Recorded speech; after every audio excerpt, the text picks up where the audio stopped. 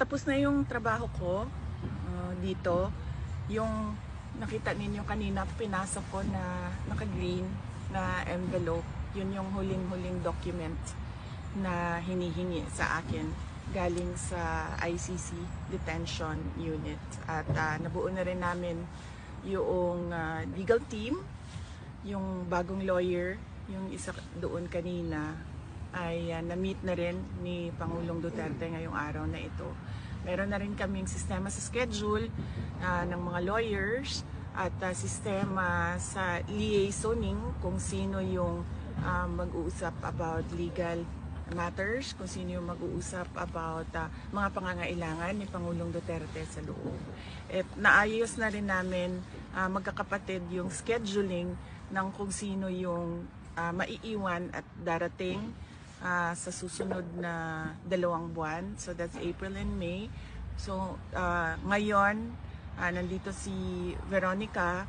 Ang susunod na darating ay si Paulo, si Congressman Pulong Duterte.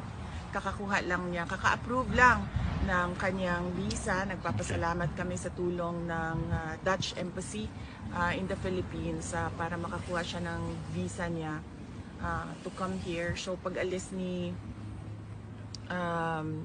Hanilet, bago umalis si Hanilet, darating si Congressman Pulong Duterte. And hindi pa namin ma-confirm ang pagdating ni Mayor Sebastian Duterte, pero supposedly dapat siya yung susunod.